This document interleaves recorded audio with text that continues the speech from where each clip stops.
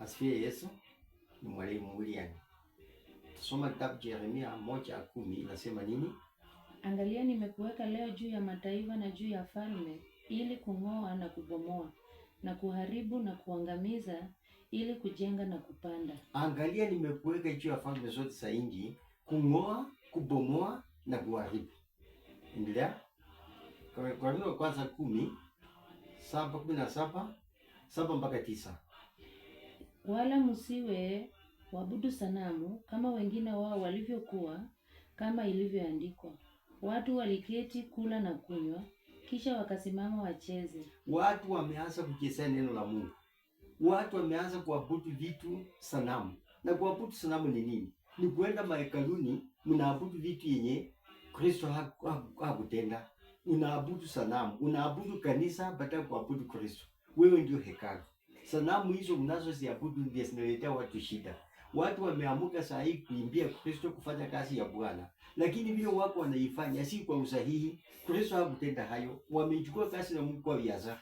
Na kuambia na kuthibitishia, tabu zitakupata, shida itakupata kama unachezea neno la Mungu. Neno la Mungu si la biashara. Neno la Mungu si madhulumu.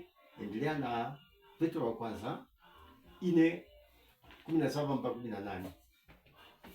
Kwa maana wakati umefika wa hukumu kuanza katika nyumba ya Mungu. Umefika hukumu kuanza kwa nyumba ya Baba. Na ikianza kwetu sisi, mwisho wao wasiotii injili ya Mungu utakuwaje? Ukianza kwetu sisi, Petro anatambua kwamba hukumu itaanzia kwa Ukristo.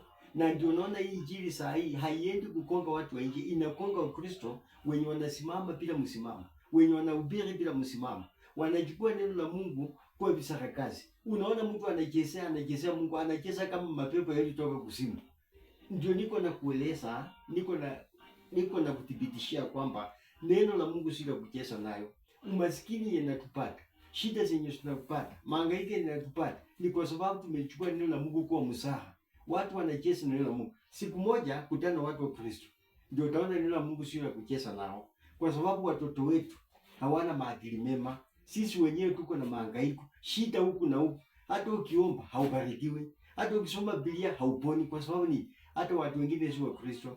Kwa sababu mikanda ilipokuweko, watu walichiingiza kwa mikanda, wakaweka visarakasi yao na mila huko ndani. Ndio nao neno la Mungu sasa hivi mtu analichezea tu. Ukibeba Biblia juu, hakuna kitu kinafanyika.